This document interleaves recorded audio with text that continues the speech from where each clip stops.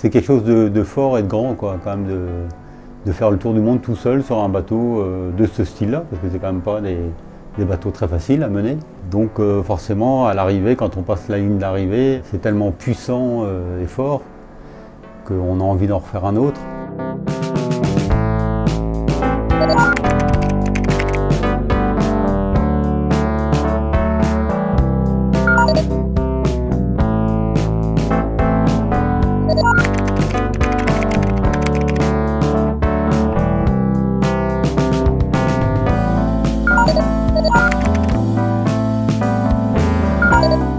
Je suis né à Quimper et mes parents habitaient au bord de la rivière de l'Audet. Donc j'ai commencé à naviguer avec mon père parce qu'il avait un requin, un voilier, un vieux voilier mais de régate.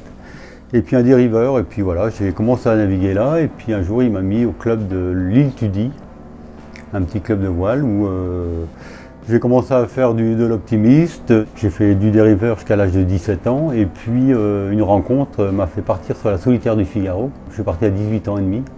Mon premier Figaro. J'ai eu pas mal de sollicitations à ce moment-là pour pouvoir naviguer à droite à gauche sur des bateaux de propriétaires, sur des multicoques avec Patrick Morvan entre autres, avec François Boucher à ce moment-là et puis beaucoup de skippers de ce moment-là. Et puis bon, c'est vrai que ça m'a plu et parallèlement je faisais des études de la marine marchande que j'ai arrêtées au bout d'un an pour partir dans la course au large. J'ai participé quand même à 14 Figaro, à 7 Tours de France à la voile, à peu près 25 transats, 3 Vendée Globe, dont Infini, le dernier.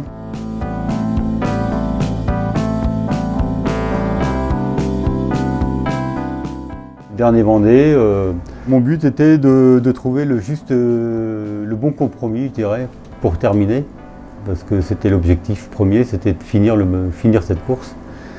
Donc voilà, mon meilleur souvenir, forcément, ça a été de passer la ligne d'arrivée au Sable d'Olonne. Et là, ça a été extraordinaire.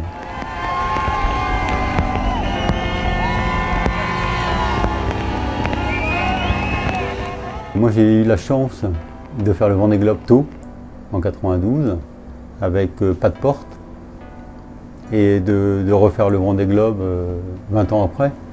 Donc c'est sûr qu'il se passe beaucoup de choses en 20 ans de navigation.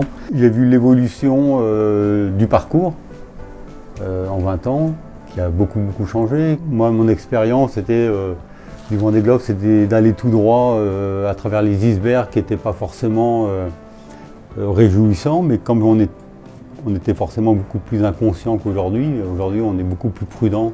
C'est une course différente, mais qui apporte autre chose. Voilà. Donc j'aurais connu un peu les divers, mais je ne regrette rien à ça parce qu'on navigue beaucoup plus prudemment et on ne se fait plus réveiller par le radar avec un iceberg à 3000 devant. J'ai toujours eu des bateaux solides en IMOCA. Ces bateaux-là sont des bateaux en fait très techniques, très intéressants parce que on peut pousser très loin la technique. C'est le plaisir en fait d'aller vite sur l'eau avec des bateaux fiables, intéressants et puis qui vont évoluer sûrement dans les années à venir.